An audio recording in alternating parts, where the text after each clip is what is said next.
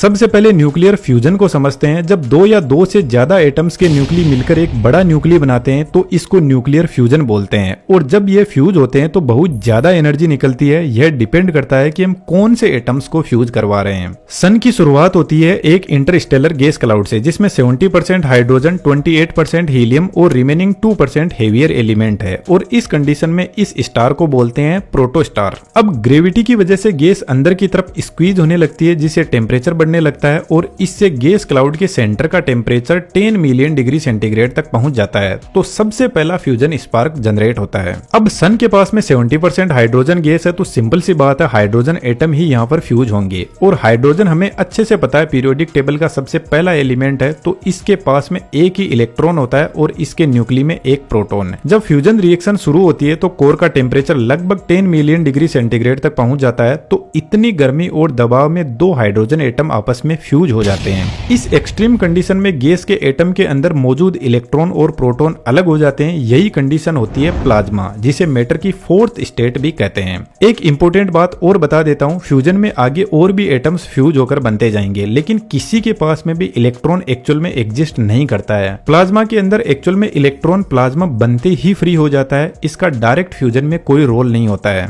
अब इन दोनों के फ्यूजन से हमें मिलता है ड्यूटेरियम, जिसमें एक प्रोटॉन और एक न्यूट्रॉन होता है। क्योंकि हाइड्रोजन एटम का प्रोटॉन यहाँ पर न्यूट्रॉन में बदल जाता है।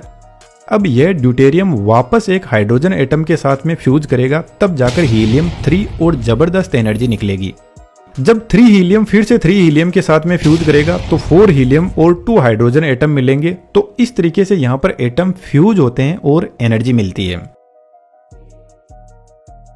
लेकिन यहाँ पर एक बहुत बड़ी प्रॉब्लम है। जब दो हाइड्रोजन एटम फ्यूज करते हैं तो इन दोनों के प्रोटॉन इलेक्ट्रॉन से अलग हो जाते हैं। अब यह दोनों प्रोटॉन पॉजिटिवली चार्ज्ड है तो एक दूसरे से रिपेल करेंगे। अब इन दोनों को ड्यूटेरियम बनने के लिए एक प्रोटॉन को न्यूट्रॉन में बदलना होगा, तभी ड्यूटेरियम बन पाएगा। और जब तक ड्यूटेरियम नहीं बनेगा तब तक एनर्जी नहीं मिलेगी। तो इन दोनों प्रोटॉन में से एक को न्यूट्रॉन बनने में लाखों साल लगते हैं। तो हमारी नेचुरल सन को सबसे पहला फ्यूजन स्पार्क जनरेट करने में 5 करोड़ साल से भी ज्यादा का टाइम लगा। तब जाकर एक गैस क्लाउड बर्निंग स्टार में चेंज हुआ। तो 5 करोड़ साल तक सन के अंदर हाइड्रोजन को 15 मिलियन डिग्री सेंटीग्रेड टेम्परेचर और प्रेशर पर रोस्ट किया गया। अब इस टाइम ड्यूरेशन में बहुत सारे प्रोटॉन ऐसे हैं जो लाखों साल तक घूमते घूमते अब कंटिन्यूअसली फ्यूज हो रहे हैं। और अब सन पर 1 सेकंड में 1 ऑक्टिलियन प्रोटॉन पर सेकंड के हिसाब से रिएक्शन हो रही है, जिसमें बहुत सारे प्रोटॉन ऐसे भी है जो इंडिविजुअली फ्यूज ही नहीं कर पाते हैं। ऐसे ही लाखों करोड़ों साल तक एक दूसरे से रिपेल करते हुए घूमते रहते हैं। लेकिन सन की वॉल्यूम हमारी अर्थ की वॉल्यूम से 13 लाख गुना ज्यादा है, जिसकी वजह से यहाँ पर इतना ज्यादा हाइड्रोजन एटम अवेलेबल है कि 10 बिलियन साल तक यहाँ पर फ्यूजन रिएक्शन चलती रहेगी।